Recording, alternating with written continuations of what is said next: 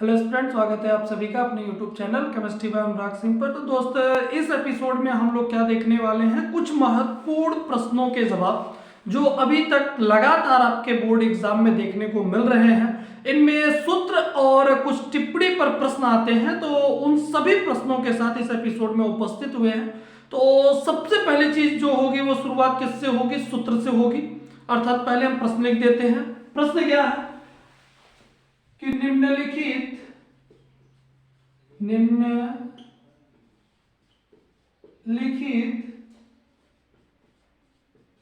यौगिकों के अणुसूत्र लिखिए, या क्या देगा? निम्नलिखित यौगिकों के सूत्र बताइए। अब ऐसी परिस्थिति में यदि आपसे सूत्र पूछता है तो जिसमें पूछा हुआ है डायरेक्ट हम आपका लिख रहे हैं। पहला होता है क्या? सफेद कशिश। सफेद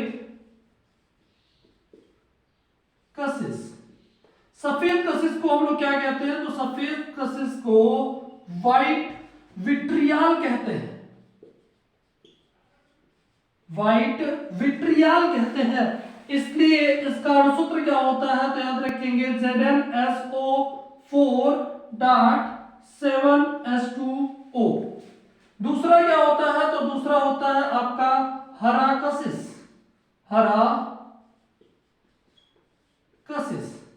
अब हरा कशिश को क्या कहते हैं? तो हरा कशिश को हम लोग ग्रीन विट्रियाल कहते हैं। अब ग्रीन विट्रियाल का अणुसूत्र क्या होगा? तो इसका सूत्र होता है FeSO4.7H2O। तीसरा आपका होता है क्या? रसायन का राजा, या इसे हम लोग क्या कहते हैं? तो इसे हम लोग कहते हैं आयल ऑफ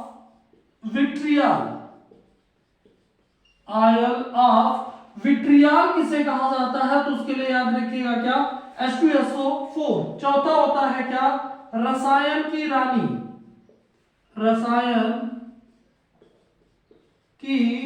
रानी किसे कहा जाता है? तो उसके लिए याद रखिएगा क्या? HNO3 को हम लोग क्या कहते हैं? रसायन की रानी कहते हैं। इसके बाद क्या आता है? आपका आता है नीला थोथा।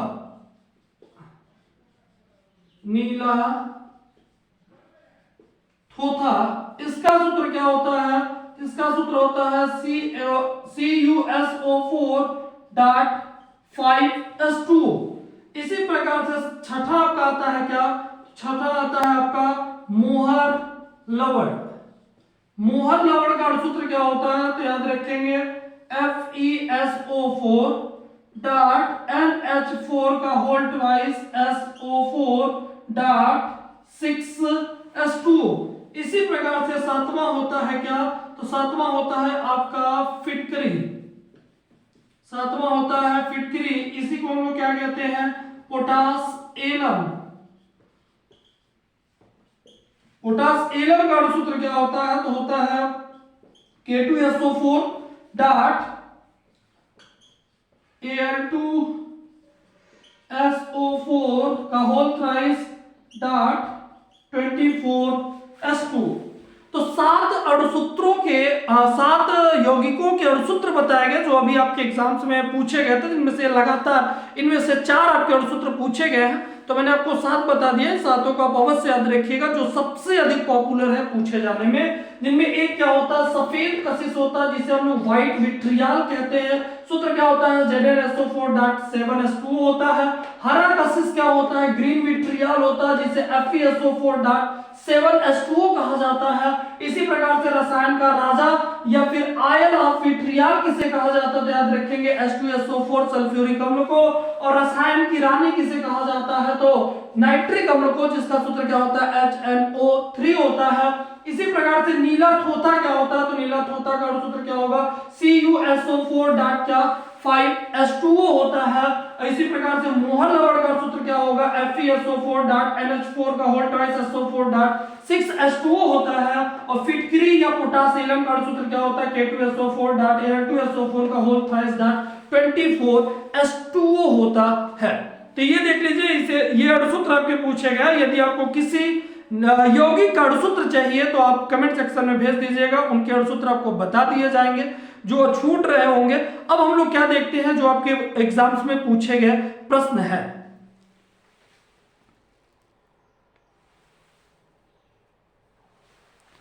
तो आइए हम लोग देखते हैं क्या, अब प्रश्न देखते हैं जो आपके बोर्ड एग्जाम में पूछे गए थे, जिसमें हम लोगों ने देखा हुआ है एक आपका पहला टालन अभिकर्मक किसे कहते हैं, दूसरा फेहलिंग विलेयन किसे कहते हैं, तीसरा बेयर अभिकर्मक किसे कहते हैं, चौथा नेस्लर अभिकर्मक किसे कहते हैं, और पांचवा वर्मिलीन किसे कहा जाता है, वर्मिलीन किसे कहा जाता है।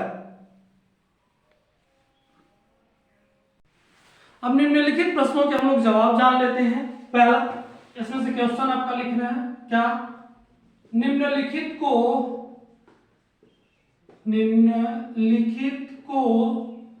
स्पष्ट कीजिए, निम्नलिखित को स्पष्ट कीजिए। स्पष्ट करने में पहला आपका पूछा गया है क्या, तो पहला पूछा गया है टालेन अभिकर्मक, टालेन अभिकर्मक।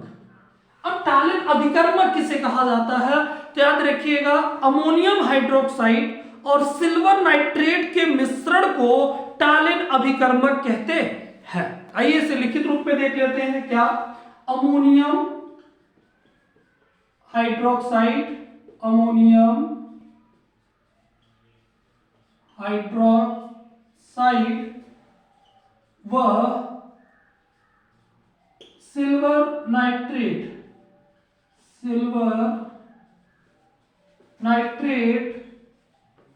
के मिश्रण को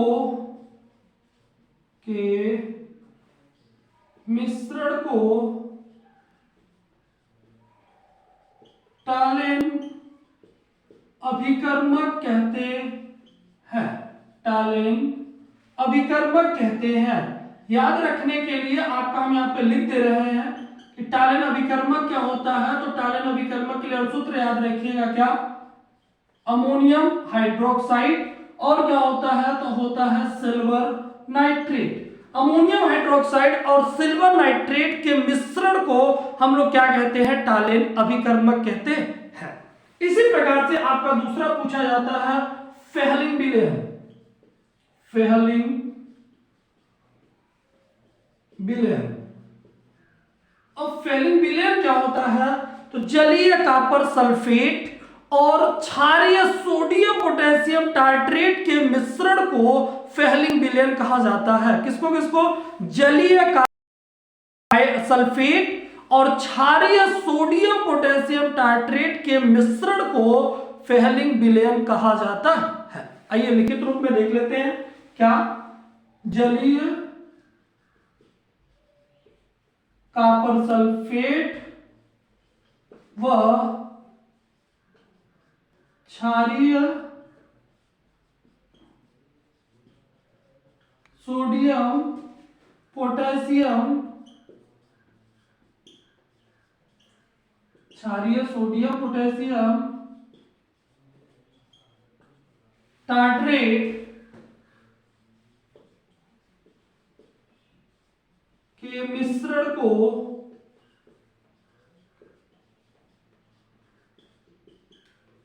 फेहलिंग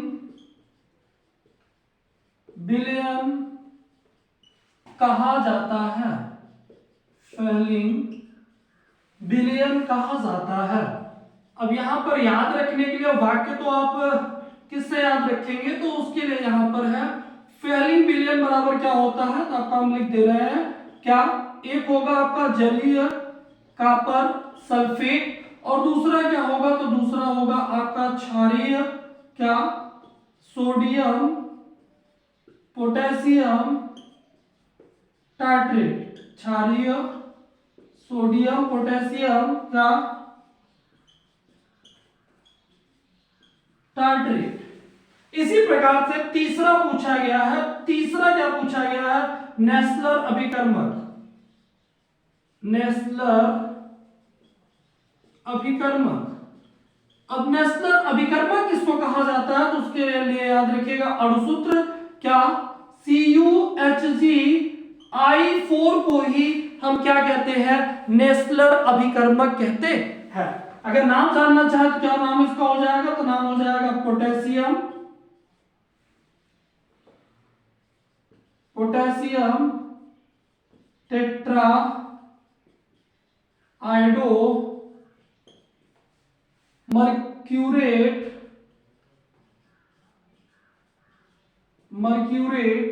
क्या सेकेंड, ये इसका नाम होगा पोटेशियम टेट्रा आयोडो मर्क्यूरेट सेकेंड को क्या कहते हैं, नेस्लर अभिकर्मक कहते हैं। और नेस्लर अभिकर्मक का सूत्र क्या होगा, K2HgI4 होगा।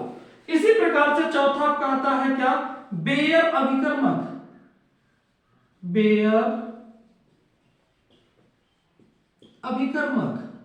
अब बेयर अभिकर्मक किसे कहते हैं, तो इसके लिए याद रखिएगा 1% क्षारीय ठंडे केमेनोफोर को बेयर अभिकर्मक कहते हैं। बेयर अभिकर्मक कहते हैं। पांचवा आपका आता है वर्मिलीन।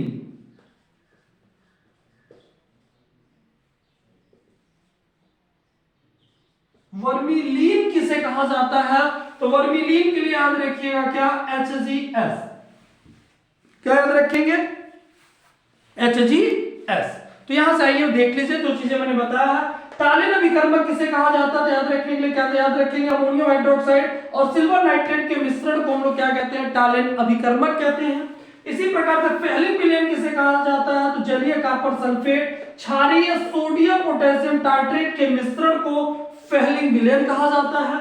नेस्लर अभिकर्मक किसे कहते हैं, K2HgI4 को क्या कहा जाता है, नेस्लर अभिकर्मक कहा जाता है, जिसका नाम क्या होता है, पोटेशियम टेट्रा आयोडो मर्क्यूरेट सेकेंड होता है। और बेयर अभिकर्मक किसे कहा जाता है, 1% क्षारीय ठंडे केमेनोफोर को क्या कहते हैं, बेयर अभिकर्मक कहते हैं। और आपका लास्ट होता है वर्मिलीन किसे कहा जाता है, तो यहां पर हो जाएगा मर्क्यूरिक सल्फाइड को क्या कहा जाता है, वर्मिलीन कहा जाता है। ये देख लीजिए, इसी के जस्ट बाद हम लोग पूछे गए प्रश्नों के जवाब देखेंगे।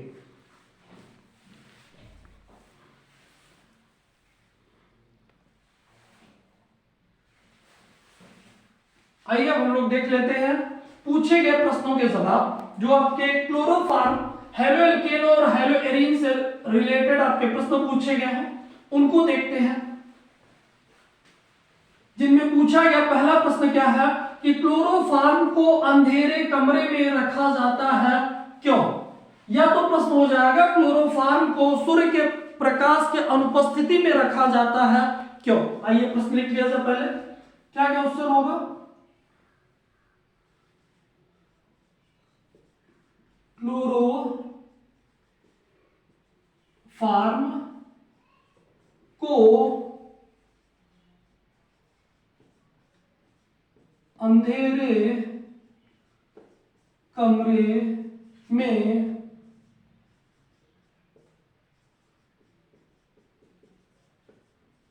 रखा जाता है क्यों।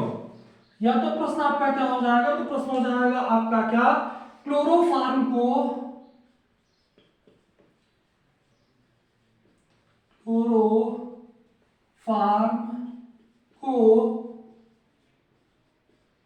सूर्य के प्रकाश की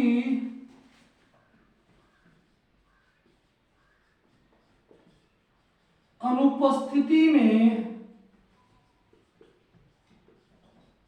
रखा जाता है क्यों। इसका जवाब क्या होगा, तो यहां से जवाब हम लोग जानेंगे कि जो आपका क्लोरोफॉर्म होता है उसे हम लोग क्या करते हैं, अंधेरे कमरे में रखते हैं या सूर्य के प्रकाश के अनुपस्थिति में रखते हैं क्यों। तो उसका जवाब होगा क्योंकि सूर्य के प्रकाश की उपस्थिति में क्लोरोफॉर्म जो होता है वो वायु के साथ क्रिया करके फास्जिन गैस अर्थात कार्बोनिल क्लोराइड का निर्माण करता है, जो एक क्या होता है, विषैला गैस होता है, जिससे किसी मनुष्य को देने पर उसकी क्या हो जाती है, मृत्यु हो जाती है। अर्थात क्लोरोफॉर्म का उपयोग हम लोग किस रूप में करते हैं, निश्चेतना के रूप में करते हैं, बेहोश करने में करते हैं। और यदि इसे हम सूर्य के प्रकाश की उपस्थिति में रखें तो ये वायु के साथ क्रिया करके क्या कर देता है, फास्जिन गैस अर्थात कार्बोनिल क्लोराइड का निर्माण कर देता है, जो एक विषैले गैस की तरह कार्य करता है, जिससे व्यक्ति की क्या हो जाती है, मृत्यु हो जाती है। इसलिए इसका जवाब ये हम लोग लिखेंगे। पूछा गया क्या, क्लोरोफॉर्म को अंधेरे कमरे में रखा जाता है क्यों, या क्लोरोफॉर्म को सूर्य के प्रकाश के अनुपस्थिति में रखा जाता है क्यों, तो यहां से क्यों के आगे का जवाब हम आपका लिख रहे हैं, क्या लिख रहे हैं, क्योंकि क्या क्लोरोफॉर्म सूर्य के प्रकाश की उपस्थिति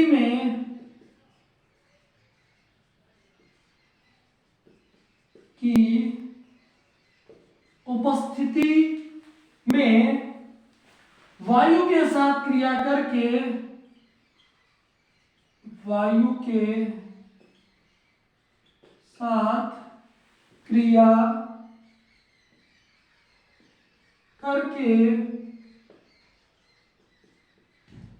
फास्जिन गैस अर्थात क्या, कार्बोनिल क्लोराइड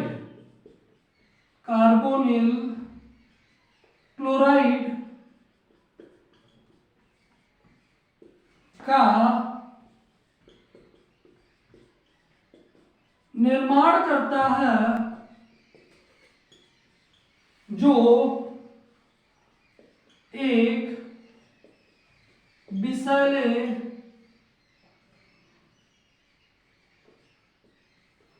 गैस की भांति कार्य करता है, गैस की भांति कार्य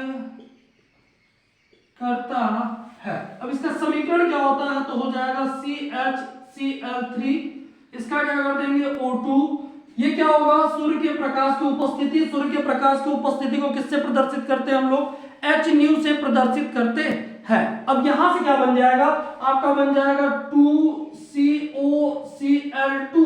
प्लस क्या हो जाएगा आपका 2HCl हो जाएगा। अब यहीं से आपका क्या बन गया, यही जो बना हुआ है इसी को हम लोग क्या कहते हैं, तो इसी को हम लोग कहते हैं फास्जिन गैस, या इसी का नाम क्या होता है, तो इसी का नाम होता है क्या, कार्बोनिल क्लोराइड। ये नाम याद रखिएगा दोनों, क्योंकि ये आपके एग्जाम से पूछा गया है कि क्लोरोफॉर्म का ऑक्सीकरण कराते हैं तो क्या बनता है, तो उसके लिए याद रखिएगा क्या, कार्बोनिल क्लोराइड बनता है। इसी प्रकार से अब आपका दूसरा प्रश्न आता है क्लोरोफॉर्म से ही रिलेटेड, क्या क्लोरोफॉर्म को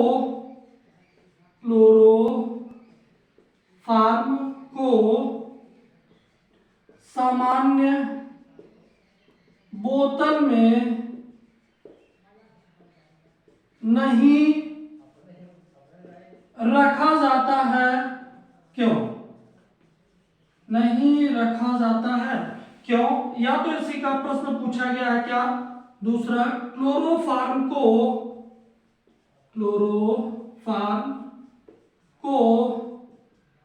रंगीन बोतल में रखा जाता है क्यों, तो इसका जवाब क्या होगा, इसका भी जवाब वही है, क्योंकि अगर सामान्य बोतल होता है तो वह सूर्य के प्रकाश का क्या करा देता है, परावर्तन करा देता है, जिससे क्लोरोफॉर्म वायु के साथ क्रिया करके फास्जिन गैस का निर्माण कर लेता है। और दूसरा, यदि रंगीन बोतल में रखते हैं तो वह क्या करता है, सूर्य के प्रकाश को अवशोषित कर लेता है, जिससे यह वायु के साथ क्रिया करके फास्जिन गैस का निर्माण नहीं करता। इसीलिए क्लोरोफॉर्म को सामान्य बोतल में न रख करके बल्कि कहां रखते हैं हम लोग, रंगीन बोतल में रखते हैं। आइए इसका जवाब देख लेते हैं, दोनों जवाब हम लोग देखते हैं। क्या, क्लोरोफॉर्म को सामान्य बोतल में नहीं रखा जाता है क्योंकि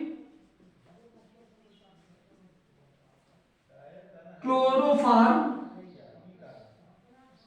क्योंकि सामान्य बोतल में रखे, क्योंकि सामान्य बोतल में रखा क्लोरोफॉर्म सूर्य के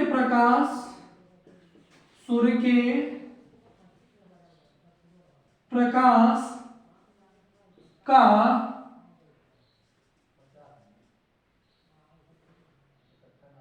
प्रकीर्णन कर देता है, प्रकीर्णन करता है, जिससे क्लोरोफॉर्म वायु के साथ क्रिया करके, वायु के साथ क्रिया करके फॉस्फिन गैस का निर्माण करता है, फॉस्फिन गैस का निर्माण करता है। लेकिन यदि वहीं पर रंगीन बोतल वाला आ जाएगा, ऊपर वाला रहेगा तो ये दोनों लाइन लिखना, अगर रंगीन बोतल रहेगा तो नीचे जो आपका जवाब यहां लिख रहे हैं वो जवाब आप लिखिएगा। जबकि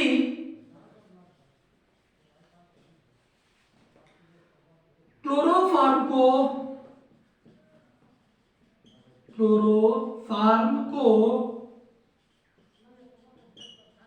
रंगीन बोतल में रखने पर, रंगीन बोतल में रखने पर यह सूर्य के प्रकाश को अवशोषित कर लेता है, अवशोषित कर लेता है तथा वायु के साथ कोई क्रिया नहीं होता है, जिसके कारण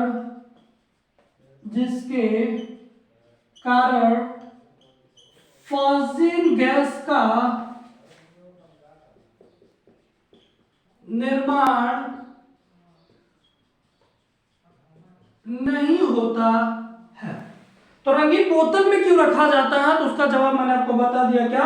क्योंकि आपका यह सूर्य के प्रकाश को अवशोषित कर लेता है तथा वायु के साथ क्रिया नहीं करता, जिसके कारण फॉस्फिन गैस का निर्माण नहीं होता है। तो इतनी चीजें देख लीजिए। इसके जस्ट बाद हम लोग अगले प्रश्न का जवाब देखेंगे।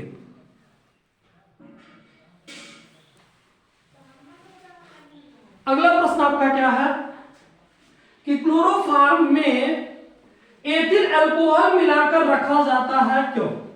क्लोरोफॉर्म में एथिल अल्कोहल मिला के रखा जाता है क्यों? तो याद रखिएगा कि क्लोरोफॉर्म में एथिल अल्कोहल इसलिए मिलाया जाता है ताकि क्लोरोफॉर्म वायु के साथ क्रिया करके आसानी से फॉस्फिन गैस का निर्माण न कर पाए। अर्थात जो आपका एथिल अल्कोहल होता है वह एक ऋणात्मक उत्प्रेरक की भांति कार्य करता है। आइए वो जवाब देख लेते हैं। प्रश्न क्या है? क्लोरोफॉर्म में एथिल अल्कोहल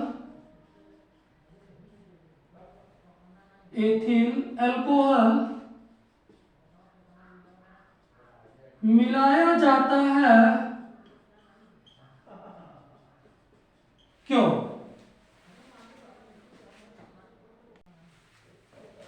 तो यहां पर पूछा हुआ क्लोरोफॉर्म में एथिल अल्कोहल मिलाया जाता है क्यों? तो लिखेंगे क्या इसका जवाब? क्योंकि एथिल अल्कोहल के उपस्थिति में क्लोरोफॉर्म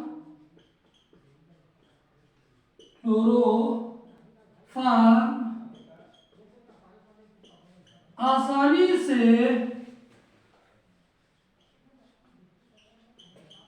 फाजिल गैस का निर्माण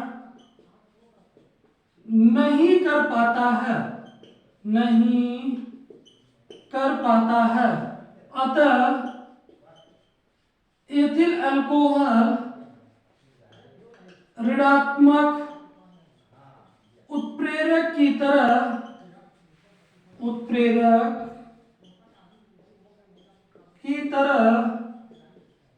कार्य करता है।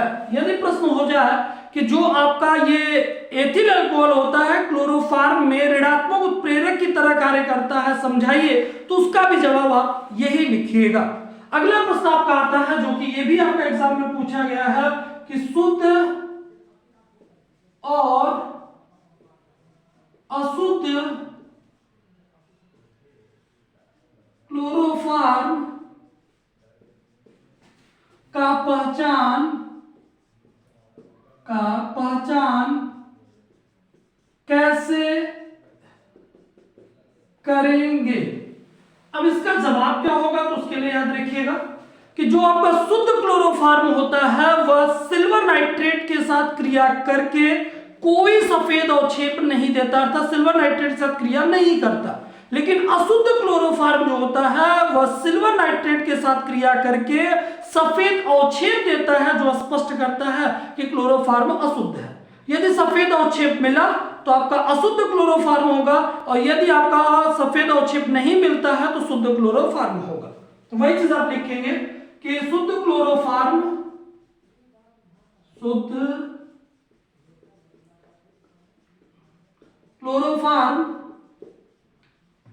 सिल्वर नाइट्रेट के साथ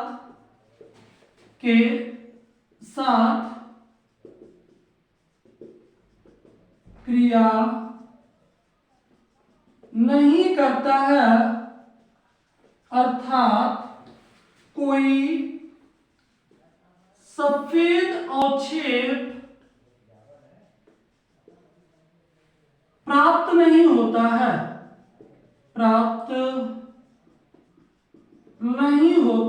है, जबकि अशुद्ध क्लोरोफॉर्म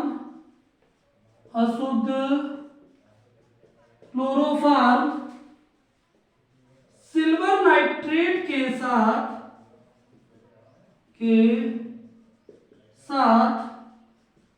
क्रिया करके सफेद